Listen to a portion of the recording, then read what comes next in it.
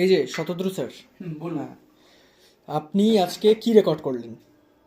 আজকে যেটা রেকর্ড করলাম মানে একটা খুব কঠিন জিনিস আমার কাছে। আচ্ছা, আমরা আজকে ব্যোমকেশ বক্সীর একটা গল্প রেকর্ড করলাম। বেশ।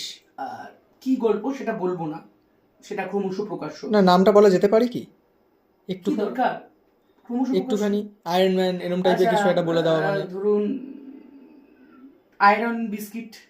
কি বলেই তো দিলি! Iron biscuit. আচ্ছা, ঠিক আছে। আর আর কি বলবো, একটা বিরাট কঠিন কাজ, মানে হ্যাঁ। অবশ্যই টিম রাহস্যকে ধন্যবাদ যে আমাকে একটা রোল দিয়েছে ব্যোমকেশ এর জন্য।